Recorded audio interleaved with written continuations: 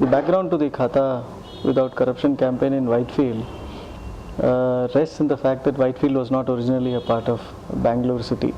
It was actually a Gram Panchayat. If I remember correctly, in the early 90s, the Gram Panchayat of Whitefield became the Mahadevpura municipality, and then in 2008, if I remember, 2007, Mahadevpura municipality became part of the BBMP. Now, a khata is essentially a document which is an extract of the property register of the local government concerned. And the local government can be a Gram Panchayat, it can be a town municipality, or it can be the Bangalore City Corporation. So a khata actually was initially given to the original settlers and people who were living in Whitefield village, was given by the Gram Panchayat of Whitefield. And subsequently, when the Gram Panchayat of Whitefield became the municipality of Mahadevpura, it was a task of the municipality to take over the records of the Gram Panchayat, which they presumably did. But the municipality of Mahadevpura was an abysmally badly run institution. In fact, many of the records probably were lost. And this also was a very good time for unscrupulous elements who were involved in land grabbing, corrupt elements, sometimes held by local politicians, to destroy records and fabricate records claiming, ownership over properties that were essentially public lands.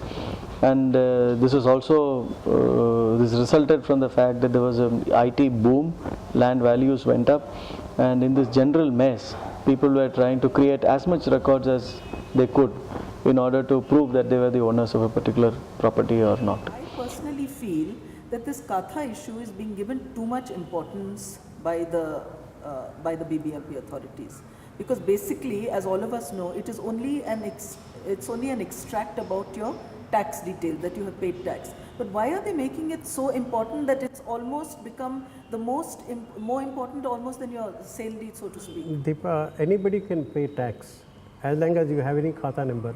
But if that Khata number is authentic or not has to be verified by the people. Okay. And what is happening is, unfortunately, it all started with the panchayat here.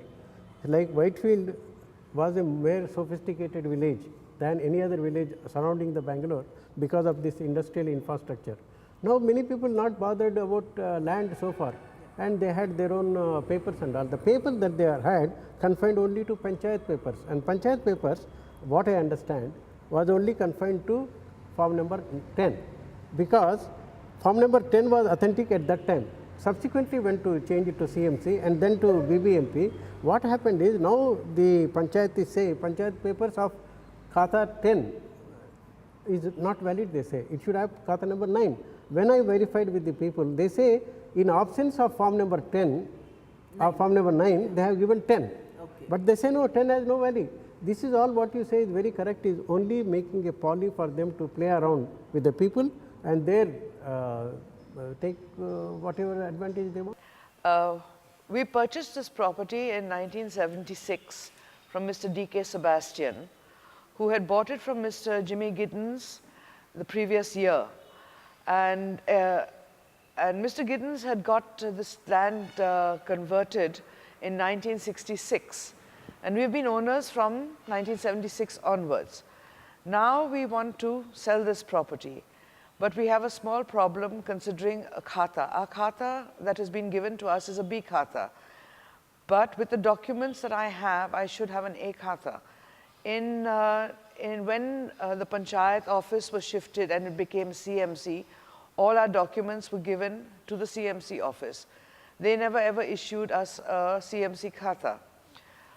When we had applied in 1977 for our khata, they did not have form 9, which was out of print. So they gave me a khata extract certificate and form 10. But when I took all these documents to the BBMP office, they said, no, we can't give you a B khata, and I can't sell my property today because of that.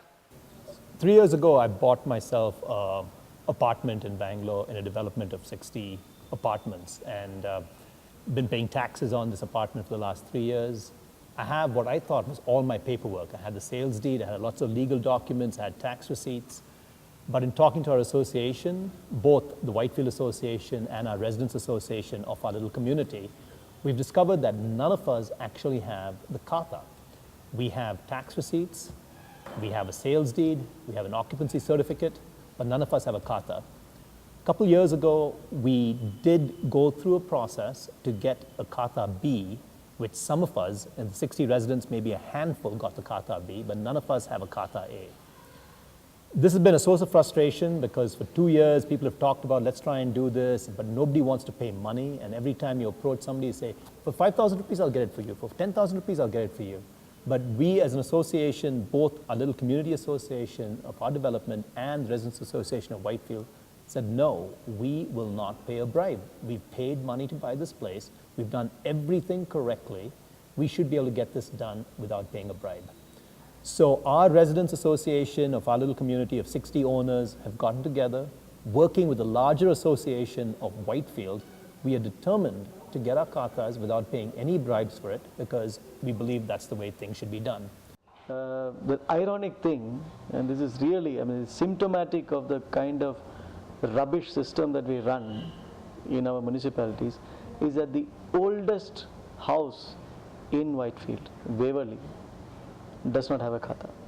This house was built 130 years back, and the document that is available with the owner is an index of lands, which is something that was issued prior to 1961 when the Karnataka Land Revenue Act was enacted. And this dates back to British times and to the Maharaja's time. And that house doesn't have a Khata. So that just shows you how corrupt and how dysfunctional and how non-transparent the whole system is. And hopefully we should be able to change this in Whitefield. And following Dr. Shankar Prasad's example, following the Gandhigiri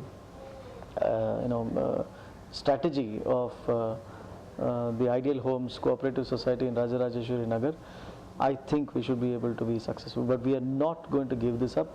And this is a message to every citizen in Bangalore. Do not pay a bribe to get your Khatas from the BBMP. Insist upon your rights. They do not have anything in writing to prevent you from getting your Khatas.